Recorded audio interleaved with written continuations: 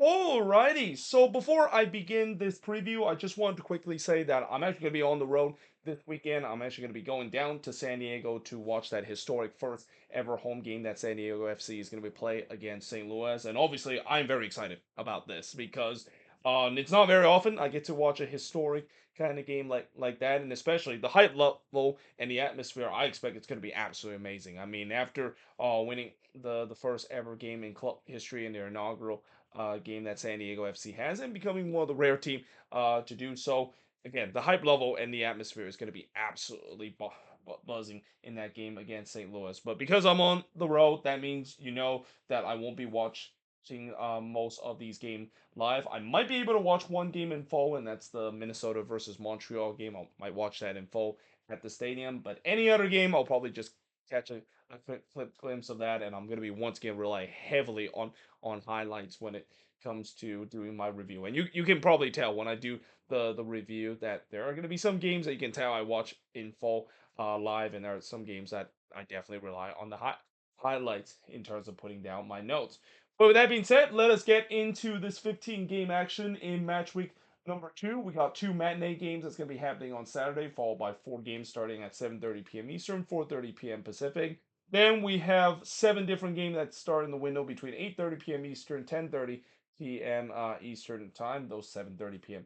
kickoff, of course. I think we got three of them, including the one that I'm going to be attending this weekend. And then, of course, we get the two Sunday games that's going to be happening, and pretty much about the same time as what we saw last week as well in terms of the Sunday kickoff. But with that being said, let us actually begin with the first matinee game on Saturday, and what a good one this is. It's Charlotte versus Atlanta United. So this is going to start at 2:15 p.m. Eastern, 11:15 a.m. Pacific, and coming into this game, Charlotte is 0-1 and oh, they got a 2-2 draw against Seattle, where they pretty much just stole the points against the Sounders in the last game, and they're facing against an Atlanta team that played in probably one of the most thrilling game we saw last weekend in that 3-2 win against Montreal. Now, all-time meeting in terms of this rivalry, and again, I still don't know what exactly the name of this rivalry. They never really kind of come up with a name of this rivalry, but it's 3 wins apiece for both of these teams, and this is definitely going to be. I feel like this is kind of one of those matchup is where the immovable object versus the unstoppable force, because the immovable object is Shard FC. We know how good their defense is, but we also will find now how Atlanta will face this immovable object. We know Atlanta what they did last week against Montreal kind of showed the talent that they had, and especially their record breaking signing Lati Laugh really gone off in that game. Could have easily scored a hat trick in that game against Montreal. So this should be a very fascinating game, not only for rivalry's sake, but just the contrast of style. It's going to be interesting who gets the better between these two Southeastern teams. Then moving on to the next one, we got RSL versus the Seattle Sounders. So both of these teams are going to be playing on short rest. It's not very often we see two teams that face off against each other that participate in the CONCACAF Champions Cup in the middle of the week. But alas, that of course is the case. RSL they lost their first game, and yeah, it was not a memorable game to remember. I mean, a 4-0 drumming that they had against the Quakes, and this is also fresh off of their loss against Heredano as well. And that is the last team that they might want to face in terms of trying to get things going is the Seattle Sounders. I mean, I'm pretty sure the Sounders would be hungry to try to get 3 points after they themselves could have won in that game against Charlotte, kind of blow it late in that one. They have an 0-1 and 0 record. The game will start at 4:30 p.m. Eastern, 1:30 p.m. Pacific. All-time meeting. RSL actually leads the all-time meeting 18, 10, and 16. And what's kind of interesting is that, this is kind of a matchup where the home team usually dominate. RSL tends to do much better against Seattle versus vice versa. So we'll see how this of course would turn out, especially with both of these teams on short rest. We'll see how it's gonna go, and also both of these teams desperately need a win for a different reason. I mean, for RSL, they definitely need to get things going. These first three games in their season, including Concacaf play, has not been great whatsoever. Whereas the Sounders, they're desperately getting themselves back on the win column after they literally should have been in the win column against Charlotte last week. Then we move on to the 7:30 start, and there isn't really a lot 7:30 start compared to previous week. Usually, there's probably like 5 or 6 of them, but this week we only get 4 of them. Starting off with New England versus the Columbus Crew. So New England 0-1 and 0 is the record. They had a 0-0 draw last week against Nashville, whereas Columbus they play in also a very thrilling game against the Chicago Fire, where the game ended 4-2 with a 1-0 record. All-time meeting 42-21 and 28 in favor of the Columbus Crew. Of course, these are two teams that were part of the charter team that MLS started in 1996. And yeah, this is also kind of a game I would say, it's the Caleb Porter Derby. It's kind of interesting that Columbus, their first two game they're facing is against a team that the opposition used to be the head coach of the team. Last week for Columbus it was Greg Berhalter, that their old coach that they face, and now they get to face another old head coach in Caleb Porter that won them the MLS Cup in 2020. So this should be very interesting to see how it's gonna go.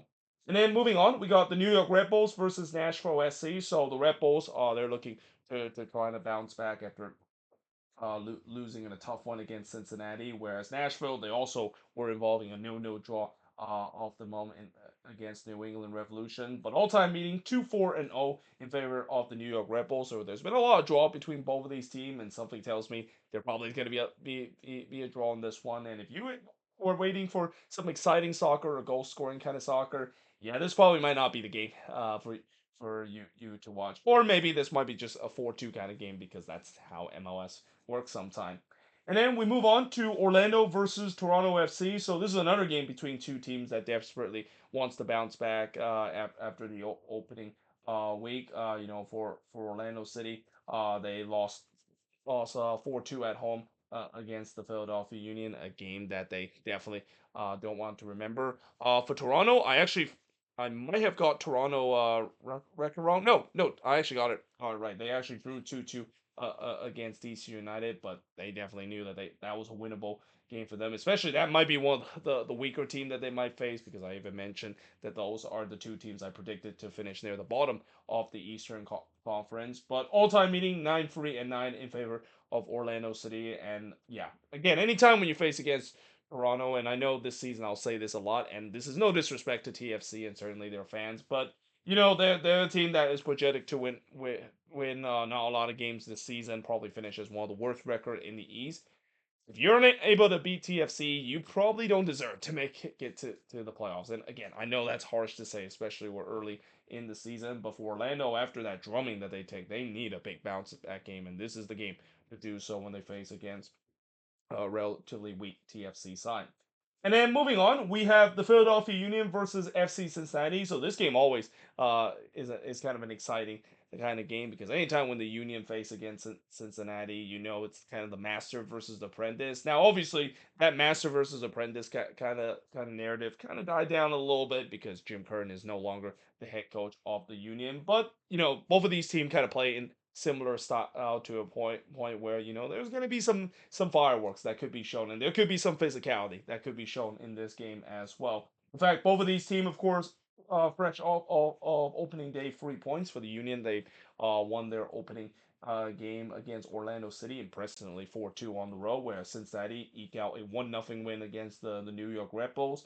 But all-time meeting, it's 7-3 and 5 in favor of the Philadelphia Union. And again, this should be a very entertaining match, and a game that, again, even though I know the Union probably isn't going to be this good this season, even though that could be different after they made a statement in the opening weekend against Orlando City that maybe that rebuild that they're going for this year isn't going to be as bad as what we imagine. They always has to do well against Cincinnati. They always seems to play relatively well against Cincinnati, and we'll see what the latest chapter between these two very similar style team is going to show in this game. Now we move on into the 8:30 p.m. slash 10:30 p.m. Eastern time, and I should have put Eastern time here instead of Pacific time. No, there's no West Coast game that start at 10:30. That would be an insanely crazy start to a game. But nevertheless, the first 8:30 p.m. Eastern, 5:30 p.m. Pacific start, which we have three of them, is Chicago versus DC United. So this is another game where it's kind of between two teams that wants to get on the board with 3 points. I mean, for Chicago, they had a very Chicago Fire as kind of performance against the Columbus Crew. They're looking to ride the ship and hope that the defense doesn't go absolutely pear shaped in this game against the DC United team that they look okay against TFC, but at the time didn't look okay as well. All-time meeting 28, 23, and 28 is the all-time meeting. So pretty much dead even. Both of these teams have 28 wins and 23 draw apiece. So yeah, we'll see how this game, of course, would turn out, and especially we'll see whether or not if Chicago. We know how good they are on the attacking end. I can't wait to see how Jonathan Bamba is going to do in this game as well. And I also wouldn't be surprised this might be a game where we see a lot of goals because again, both of these teams they're not the best defensive team after what we saw in the opening week, so do not be surprised we might have another crazy game involving the Chicago Fire. And hey, if the Chicago Fire is not going to do very well this season, at least they can earn the title of maybe being a very watchable team this season. And I would have never guessed that would be the case for a Greg Berhalter team, considering people still complain about, well, Greg Berhalter in his day with the U.S. men's national team how boring they were. There's no way they could be a watchable team, can they, this season? I mean, after the opening week, I think the answer is yeah, they are definitely going to be a very watchable team this season. And speaking of a watchable team, that might be the same for the San Jose Earthquakes. So obviously, the Quakes made a big statement in the last game. Now, I will say this: I don't like the narrative that has been going on around the media about how they're hyping the Quakes. I hear a lot of people in the media have hyping that the Quakes are truly back. It's only one game. Yes, I know that 4-0 win and the debut that Bruce Arena has and the instant impact that this team has had it gives a lot of hope and optimism.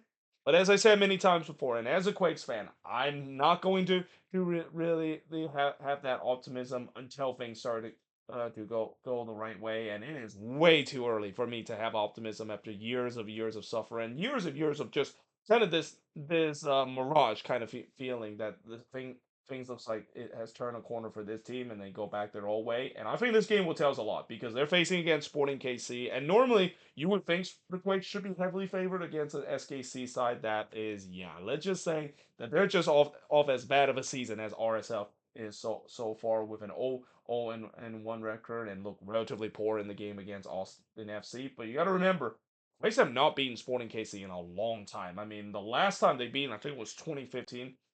The Quakes have always had problem against Sporting KC, whether they're good or not. So I'm not going to really believe in the narrative, the fact that the Quakes are truly back until they might exercise their demons, similar to what I said about Minnesota, exercise some demons against Sporting KC where they simply cannot win a game at Children Mercy C Park. But all-time meeting, 33, 13, and 28 in favor of Sporting KC. But for Sporting KC, this is an opportunity against a team that you always do well at home. If you lose to the Quakes, there could be some panic that could settle in for Sporting KC. And that Peter Vermees out crowd is going to be louder and louder as this team continue to get off to a slow start. Now, moving on, we got Minnesota versus Montreal. Also, both of these teams, of course, are going to be facing against each other, and I think this is the only matchup between two teams that lost their opening game. So there's no doubt that both of these teams are looking to get a bounce back. And really, both of these teams, when you look at their opening week matchup, even though they were on the losing side, they actually play relatively well, and there are some optimism. I mean, for Minnesota in the game against LAFC, they actually look pretty promising in that game. Just couldn't finish their chances and make that one crucial lap a moment that cost them the game. And for Montreal, they play really well against Atlanta. They really push Atlanta hard in that game and showed that resiliency multiple time, but ultimately gave up a golazo just like Minnesota did to lose that game. So I'm very fascinated to see how this game is, and I'm also fascinated to see what kind of Caden Clark revenge game is going to be like. Because if there's one thing I know when it comes to my team, whenever my team let go of a player to another team, they always tends to do relatively well. So if Caden Clark score a hat trick in this game, I'm gonna secretly say I'm happy for him because deep down I do still love Caden Clark, and I'm kind of sad how things, of course, worked out for him during his time with Minnesota. But in terms of the all-time meeting, 3-0-1 in favor of Minnesota. The only win that Montreal has was the last meeting between both of these teams. Though that game was at Stade Saputo, and Minnesota got absolutely killed in that game. Like they lost 4-0 in that game against Montreal. I don't think it's going to be a 4-0 game. I think this secretly could actually be one of those games where it's a very underrated game. There's obviously a lot of big games throughout this weekend to watch, but this secretly could be one of the good ones out there, especially I don't think this is going to be a snow opener. Like anytime when Minnesota play in March, I always kind of hope for a snow opener, consider the cold weather that Minnesota provides. But It's not going to be a snow opener. It's still going to be just a cold weather game, and I don't think Minnesota will get like any advantage in this one, considering they're facing another team that basically is a weather team as well. Now, moving on, we got Colorado versus FC Dallas. So the Rapids in the last game, they pretty much almost kind of punted that game against St. Louis because they were solely focused on LAFC. Obviously, that didn't quite work so well. They're facing against a Dallas team that really kind of, in some way, stole the game against the Houston Dynamo. I mean, I say stole in the game against the Dynamo, and I know some Dallas fan would disagree on that, but literally the two goals that they scored against the Dynamo were just self-inflicted mistake the Dynamo created as well. But yeah, there's no doubt that this is going to be already a very tough early test for Peter Quill team against a Rapids team that definitely wants to bounce back after that rough loss that they had against LAFC in the middle of the week in the CONCACAF Champions Cup. This is the first and only game that starts at 9:30 p.m. Eastern, 6:30 p.m. Pacific, and this is actually the first game that starts around this window. All-time meeting 39, 21, and 36 in favor of Dallas. Again, both of these teams have faced off against each other a lot over the years because these two are original charter team coming into the league in the first season of MLS in 1996. So yeah, we'll see whether or it's going to be a good game, and we'll see whether or not if Dallas can continue to get on a early start. You know, that new head coach boost is definitely there, and we'll see whether or not that continue for Peter Quill against a Rapids team that looks to try to bounce back this week. Then we go to the next game, which is LAFC versus NYCFC. So LAFC, they got the win on the opening weekend, but you know their first couple of games, it's been kind of a lackluster to see, say the least. They're facing against an CFC team that, of course, got a draw in the last game, and this, of course, is the first of three games that starts at 10:30 p.m. Eastern, 7:30 p.m. Pacific. Head to head, it's 1-2-0 in favor of NYCFC. So yeah, you can tell that both of these teams don't face against each other. This is one of those rare inter-conference matchup. Although this week I think we got more inter-conference matchup compared to last week because I know this is an inter-conference matchup. I know this is an inter-conference matchup. And then, of course, we got this game that is definitely an interconference matchup as well. So, yeah, as the season goes along, we're going to see these kind of meeting, and we'll see how this game, of course, turn out. I mean, for LAFC, it's been a bit of a slow start to the season, but hey, you know, they still are able to get 2 out of 3 wins despite the slow start that they had. But we'll see how they, of course, would do against this NYCFC team that you know they want to get themselves on the winning chart after kind of got Inter Miami and got messy in the last game on the road. Then we look at the Portland Timbers versus Austin FC. So this is a game between two teams that has kind of contrasted kind of emotion in their opening weekend. I mean, the Timbers got absolutely killed by the Vancouver Whitecaps. It felt like it was playing game 2.0 in that game against the Whitecaps where they lost 4-1 and had a man send off. And they're facing against an Austin team that, while they didn't play spectacularly well in that game against Sporting KC, it was still enough to give Nico Estevez a home opener win. And now they're maybe confident that they can get another against a Timber side that, yeah. I mean, I know you shouldn't be panicked after a bad result in the opening weekend, even if it's a disastrous start. But I mean, there is that concern when it comes to a Phil Neville team. When things are not going well, it usually doesn't go well for a bit of a time, and we'll see whether or not if the Timbers can bounce back in this game against Austin. But all-time meeting between both of these teams is 5-1-3 in favor of the Portland Timbers. And then finally, the last game that I'm gonna talk about that starts at between 8:30 p.m. Eastern, 10:30 p.m. Pacific is the none and other than the game that I'm going to be attending to. Again, I'm very excited about this game because again, I expect the atmosphere to be absolutely amazing. It's probably going to be a sold out crowd. Well, actually, I wouldn't even say it's probably. It's going to be a sold out crowd. 30,000 plus that's going to be in the stadium, including myself. And this is going to be an interesting one because you know it's between two of the newest team in MLS. San Diego and St. Louis is the last two expansion team that comes into the league. San Diego, of course, shocked everybody in that game against the Galaxy. I mean, maybe part of that is because you know there's that adrenaline rush for all these new players to play well against the defending MLS Cup champion, but also part of it is because you know I'm kind of surprised how Mikey Veras, who you know unlike St. Louis, where I kind of knew what St. Louis was going to do on in their first season. I wasn't expecting Mike Kiveris to really hit the ground running, and there was a lot unknown about this team in the beginning of the first game, and they not only play well against the Galaxy, but they were the better team in that one, and they really dominated that game against the Galaxy. Now they're facing against a St. Louis side that I actually got the wrong record for St. Louis. It should be 0-1 and 0. They actually didn't lose in their last game. They got a 0-0 draw against the Colorado Rapids, although that was a game that they'll be kicking themselves that they didn't get all 3 points considered. They were by far better in that game against the Rapids and also against a resurgent St. Louis sides that did really well last season. This will be an interesting matchup. I'm also very interesting to see whether or not I expect that maybe San Diego is going to keep up that energy, and I'm also interested to see whether they can just once again bully St. Louis in the midfield, just like what we saw against the Galaxy, because I was pretty surprised to see how much San Diego absolutely bullied that midfield of the Galaxy. Now, mind you, the Galaxy didn't really have a lot of option in the midfield, and we talk about how injuries really plagued that team, and yeah, it definitely played that team in a big part. They lost.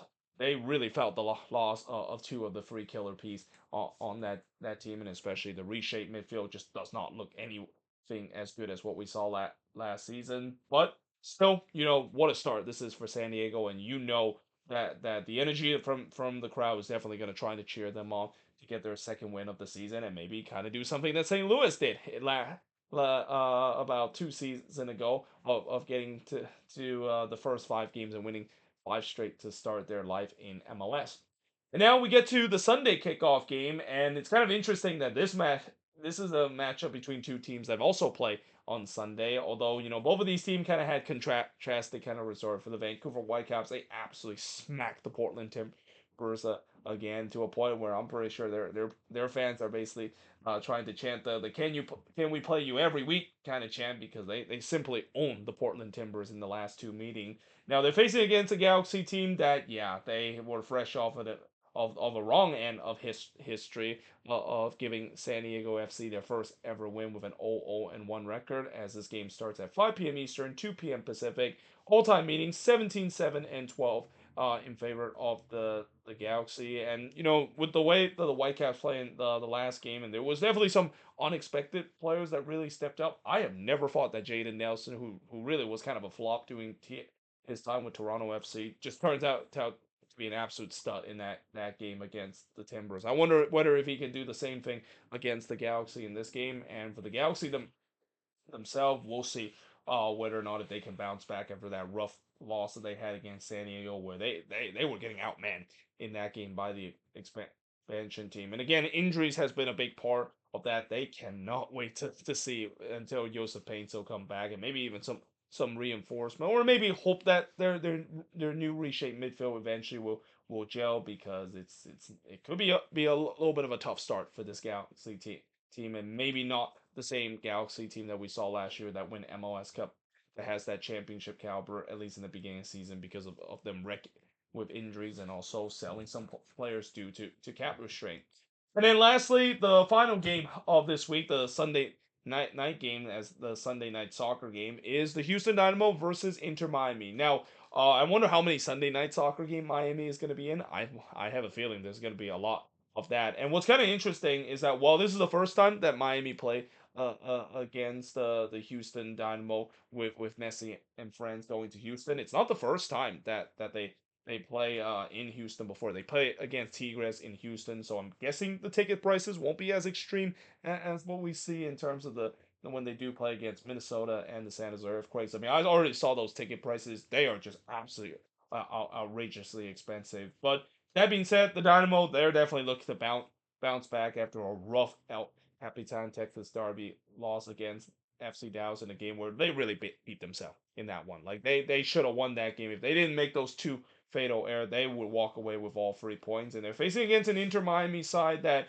they're fresh off of a big win of them owning the CONCACAF Champions Cup, but they have definitely shown some vulnerability at times, especially on the defensive end, and are looking trying to get Javier Mascherano his first win of the season. But all-time meeting, believe it or not, Houston actually has the better all-time meeting, 3-0 and 1 in favor of them, and this is another team that Miami tends to struggle. And keep in mind, there's also a rematch of the U.S. Open Cup final that we saw just 2 years ago. Now, granted, yes, that U.S. Open Cup didn't have Messi and most of his friends, but the Dynamo spoiled the party too because that was supposed to be a U.S. Open Cup final that complete kind of a domestic double that Inter Miami has alongside with the Leeds Cup, but nope. Instead, the Dynamo came in. They spoiled the party. They won 3-1 on the road. So Inter Miami will remember that game, and they definitely want revenge against the Dynamo team that beat them in the U.S. Open Cup final a couple of years back. So yeah, should be a very interesting game to wrap up the second match week of the MLS season. But until then, hope you guys enjoy this video. If you do, make sure to leave a like, smash the subscribe button, and like I said, because I'm on the road for a lot, I'll probably be able to do at least the first part of the review of these game when I come back. I don't know what time I'm gonna be back. It's gonna be a very long drive for me back from San Diego to the Bay Area on Sunday, especially there's a report that it is actually gonna rain on Sunday, so that drive might take a little longer than usual. But until then, hope you guys enjoyed this video. If you do, make sure you guys leave a like, smash the subscribe button. As always, let me know in the comments below what do you think of all these games. And yeah, hope you guys enjoyed this video, and I will see you guys next time.